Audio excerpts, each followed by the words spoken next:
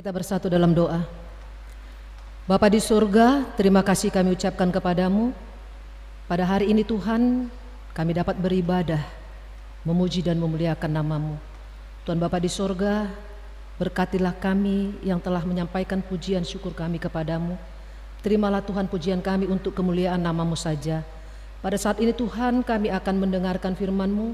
Kiranya Roh Kudus-Mu lah yang memimpin hati dan pikiran kami untuk mendengar firman-Mu, dan kami dapat mengerti akan firman-Mu. Dalam Kristus Yesus terimalah doa kami. Amin. Saudara terkasih dalam Kristus Yesus, khotbah kita pada Minggu Eksaudi hari ini tertulis dalam Injil Matius pasal 20 ayat 29 sampai ayat 34. Demikian firman Tuhan. Yesus menyembuhkan 2 orang buta.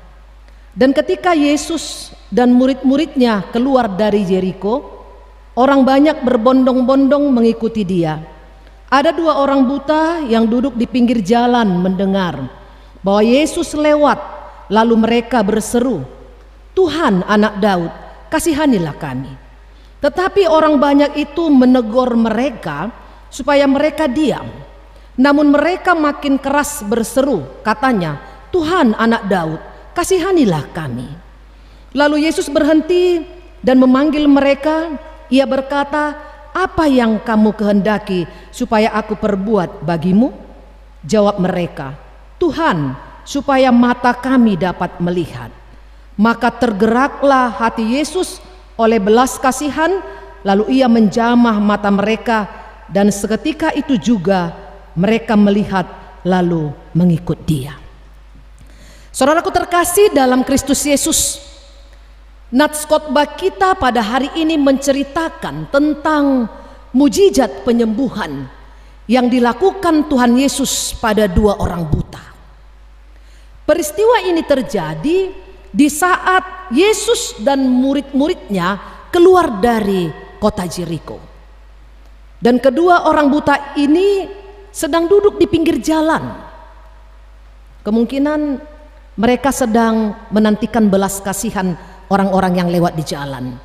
Mungkin menunggu belas kasihan berupa makanan, mungkin juga mereka menunggu belas kasihan melalui uang, pakaian, dan lain sebagainya.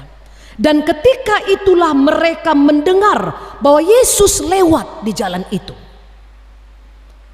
Saudara terkasih dalam Kristus Yesus, ketika orang buta itu mengetahui Yesus lewat berjalan di dekat mereka, mereka senang dan merasa punya kesempatan untuk meminta pertolongan dari Yesus.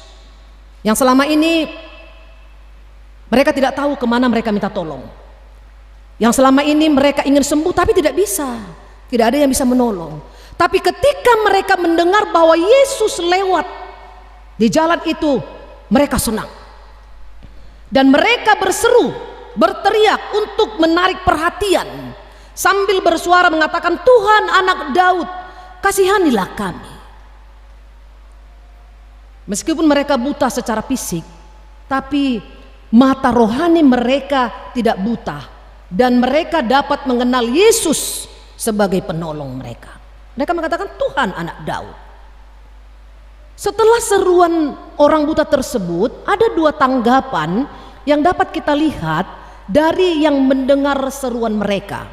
Yang pertama, tanggapan orang banyak ketika mereka mendengar seruan dari orang buta itu yang mengatakan, "Tuhan, Anak Daud, kasihanilah kami." Tanggapan mereka bukan menaruh kasihan, tapi malah menegur, memarahi, menyuruh mereka diam. Kalau di saat kita sekarang, mungkin kalau ada orang berteriak, ada seorang pembesar yang datang, kemudian ada yang berteriak, dia mau minta tolong, terus kita mengatakan, si mahoi si unang gaur. Seperti itulah ini. Mereka menegur, menyuruh dia diam. Namun orang buta itu tidak menyerah, bahkan semakin keras mereka berseru, "Tuhan, Anak Daud, kasihanilah kami." Orang yang biasa mengharapkan belas kasihan dari orang banyak, tapi kali ini mereka mengharapkan belas kasihan dan pertolongan dari Tuhan saja. Tanggapan yang kedua kita lihat dari Yesus sendiri. Setelah mendengar seruan orang buta itu, Yesus berhenti. Tadi dikatakan di sini, setelah mendengar, Yesus berhenti. Dia tidak terus berjalan, tapi dia berhenti. Seolah-olah, siapa yang manggil? Sepertinya ada yang manggil. Nah, seperti itu. Yesus berhenti. Itu artinya Yesus peduli pada seruan mereka, teriakan mereka. Dan Yesus memanggil mereka, menyuruh mereka mendekat kepada Yesus dan berkata, apa yang kamu kehendaki supaya aku perbuat bagimu? Yesus menyuruh dekat kepadanya, dan kemudian Yesus bertanya, apa yang kau kehendaki supaya aku perbuat bagimu? Saudaraku, sebenarnya meskipun Yesus sudah tahu apa yang mereka butuhkan, tapi Yesus tetap bertanya. Yesus tetap bertanya. Yesus tahu apa yang dalam hati mereka, apa yang mereka butuhkan, apa yang akan mereka minta. Tapi Yesus bertanya, apa yang kau inginkan? Ini adalah suatu pertanyaan yang sangat menyejukkan hati mereka. Setelah sebelumnya mereka mendengar teguran dari orang banyak yang menyuruh mereka diam, jangan berteriak, jangan menyampaikan permohonan, jangan minta tolong pada Yesus. Kira-kira seperti itu bahasanya. Ketika orang menyuruh diam, tapi Yesus sendiri mengatakan, apa yang kamu kehendaki supaya aku perbuat bagimu? Wah, suatu hal yang luar biasa. Kalau kita disuruh kasih komentar, kita akan bilang seperti dapat lotre gitu kan. Rasa senangnya luar biasa. Mungkin hal ini juga pernah kita alami. Mungkin kita pernah meminta sesuatu hal pada Tuhan yang belum terjawab sampai pada hari ini, dan orang-orang di sekitar kita atau mungkin orang terdekat kita mengatakan, pasoma pangiduam mi dang na dapok mo bay, pasoma pangiduam mi dang na dong beliau non dituhani noni dang na jalo om mo bay pangiduam mi. Tapi ketika kita terus berseru menyampaikan kerinduan kita, maka yakinlah Tuhan akan mendengar, menjawab doa kita. Dia akan mengatakan, apa yang kau inginkan aku berikan kepadamu. Saudaraku terkasih dalam Kristus Yesus, setelah menerima kesempatan dari Yesus yang mengatakan, apa yang kamu kehendaki supaya aku perbuat bagimu, tanpa pikir panjang dan tanpa basa-basi, mereka menjawab dalam ayat 33, Tuhan, supaya mata kami dapat melihat. Itu jawaban mereka. Mereka otomatis menjawab. Mereka dengan penuh semangat menjawab dan penuh keyakinan bahwa Yesus akan mengabulkan permohonan mereka. Tuhan, supaya mata kami dapat melihat. Mereka tidak meminta harta, mereka tidak meminta uang, tidak meminta makanan seperti yang biasa mereka lakukan terhadap orang lain sepanjang harinya. Mereka meminta apa yang paling mereka butuhkan, yang sangat mereka butuhkan sebagai orang buta, agar dapat melihat, agar mereka sehat secara jasmani, dan jika mereka sehat mereka akan dapat bekerja dan tidak perlu lagi meminta belas kasihan orang lain setiap hari. Mereka meminta yang paling vital, yang paling mereka butuhkan dalam kehidupan mereka. Dan melihat kegigihan orang buta tersebut, melihat iman orang buta tersebut, dan mendengar permohonan mereka kepada Tuhan, maka tergeraklah hati Yesus oleh belas kasihan. Itu dikatakan dalam nats kita ini. Tergeraklah hati Yesus oleh belas kasihan. Kalau dikatakan berbelas kasihan, belas kasihan ini sama artinya dengan kebaikan dan kerelaan hati untuk menolong. Maka ketika hati Yesus tergerak oleh belas kasihannya, maka Yesus mendekatinya dan Yesus menolongnya, menjamah mata mereka, dan seketika itu juga mereka dapat melihat. Itu hal yang luar biasa. Itu adalah mujizat yang mereka nanti-nantikan dari Yesus. Mujizat yang telah lama mereka impikan, dan pada saat itu mereka menerimanya. Saudaraku terkasih dalam Kristus Yesus, melalui nats ini kita boleh belajar dari dua orang buta tersebut. Mengapa mereka beroleh kesembuhan dari Yesus? Yang pertama kita lihat, karena mereka setia mengikut Yesus. Kesetiaannya ini yang patut kita teladani dari dua orang buta tersebut. Dapat kita bayangkan Bapak Ibu Saudara terkasih dalam Kristus Yesus, bagaimana tantangan, bagaimana kesulitan yang mereka hadapi dalam mengikut Yesus pada saat itu. Dengan keterbatasan secara fisik, sebagai penyandang disabilitas, di tengah-tengah kerumunan orang-orang yang berbondong-bondong mengikuti Tuhan Yesus, mereka ada di situ, orang buta itu. Kadang mereka terhimpit, kadang tersandung jatuh, kadang mereka harus terus siaga secara pendengaran, mencari-cari suara Yesus, di manakah dia, karena tidak melihat. Jadi mereka hanya mendengar suara ketika Yesus mengajar, ketika Yesus mengatakan mendekatlah kemari, mereka harus meraba di manakah Yesus itu. Di tengah-tengah kerumunan orang banyak yang berbondong-bondong, mereka buta. Itulah tantangan mereka. Acugari rahita molosongoni neng pembagian BLT sonari berbondong-bondong. Kalau nalani sosakna, karena memang gak begitu butuh dia dengan BLT ini, tapi dia ikut-ikutan juga minta BLT ini. Akhirnya soya kita koi mulak mau pulang, langsung balik kanan dia kan. Tapi orang buta ini, karena dia memang betul-betul membutuhkan, meskipun dia menghadapi banyak sekali tantangan, meskipun dia terhimpit, terkadang tersandung, jatuh, tapi dia tidak menyerah.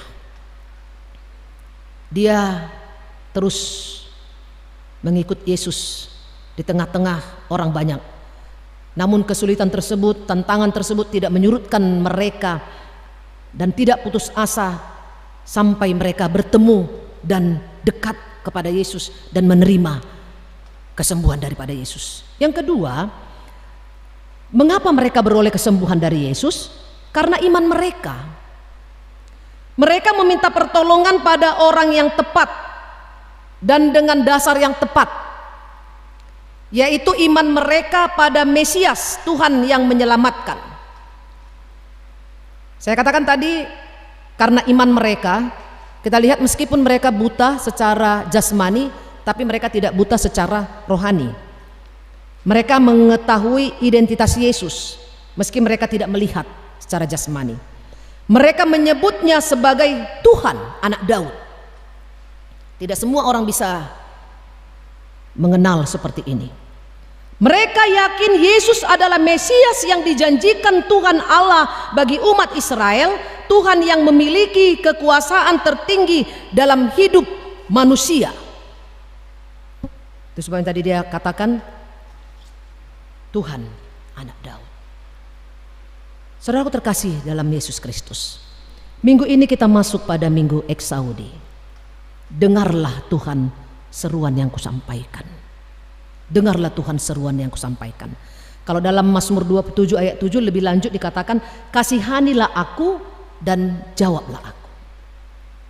Melalui khotbah ini kita diingatkan di saat kita sedang menghadapi persoalan, menghadapi pergumulan hidup, dan memiliki kerinduan hati, datanglah dan berserulah pada Tuhan. Memohon belas kasihannya agar penyakit kita disembuhkan, agar kerinduan-kerinduan kita dijawab.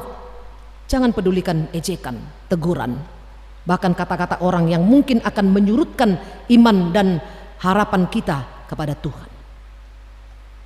Tetap berseru, katakan, Tuhan anak Daud, kasihanilah aku, sembuhkanlah aku, pulihkanlah negara dan bangsa kami. Berikanlah keturunan bagi kami, berikanlah pekerjaan bagi kami. Itulah seruan kita. Tetaplah setia mengikutinya dan teruslah berseru padanya sampai Allah menjawab seruan kita.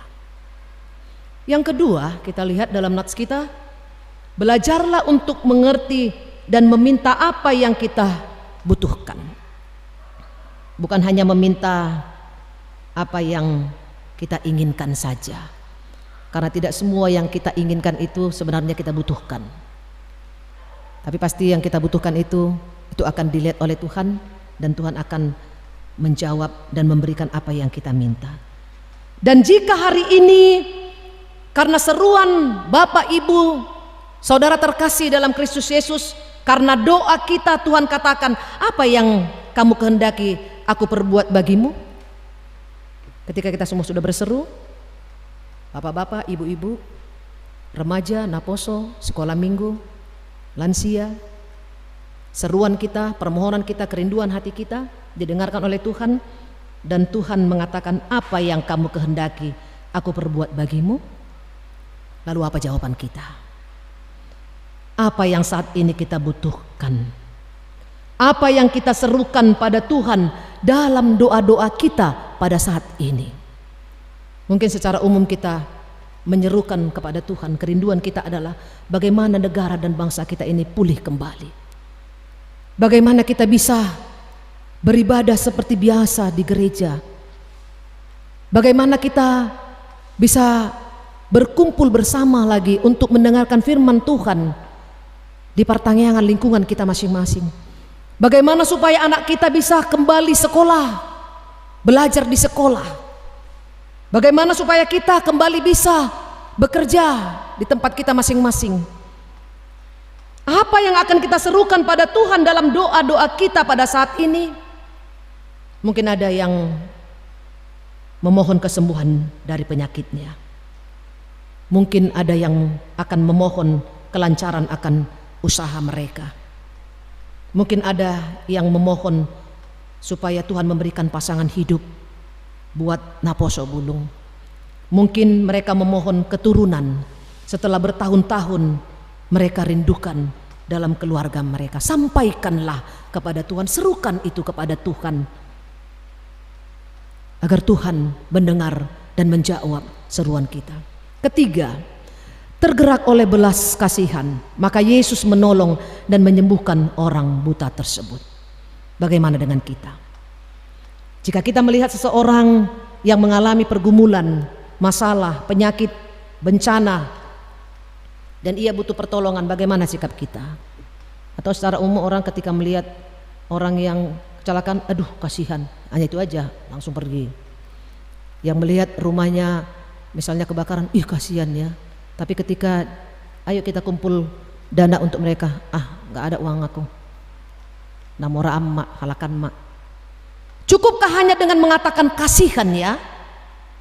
Apakah kita akan menindaklanjuti perasaan kasihan kita dengan melakukan tindakan kasih seperti yang Yesus perbuat dalam nats ini? Sehingga orang tersebut terbebas dari beban penderitaannya. Dengan kata lain, perasaan kasihan kita harus kita tidak lanjuti dengan perbuatan dan pertolongan. Kalau pada saat ini banyak orang yang butuh pertolongan, mari kita menolong mereka yang benar-benar membutuhkan pertolongan itu. Mari kita menolong mereka ketika mereka berseru bahwa mereka memiliki banyak persoalan hidup sekarang, penderitaan mereka, keadaan ekonomi mereka yang terpuruk. Dan ketika kita melihat itu, tergeraklah hati kita oleh belas kasihan dan kita menolong mereka.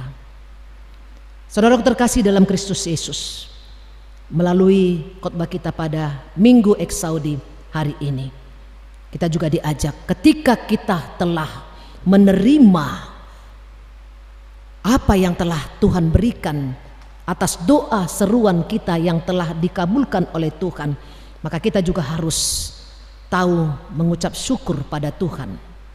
Kita harus tahu menyampaikan pujian syukur kita kepada Tuhan ketika permohonan kita sudah dikabulkan. Dan setialah selalu padanya dan ikutlah dia di sepanjang hidup kita. Amin. Kita berdoa. Allah Bapa di sorga, terima kasih kami ucapkan kepadamu Tuhan. Firman-Mu yang telah kami dengarkan pada saat ini menyapa kami dan mengingatkan kami Tuhan bahwa dalam setiap pergumulan kami, kerinduan kami Tuhan, kami dapat berseru kepadamu Tuhan, dan kami dapat berharap penuh kepadamu agar kami Tuhan meminta pertolongan daripada-Mu. Dan kami harus yakin dan percaya Tuhan mendengarkan doa seruan kami, dan Tuhan juga menjawab doa seruan kami, karena kami menyampaikannya Tuhan dengan iman dan percaya kami.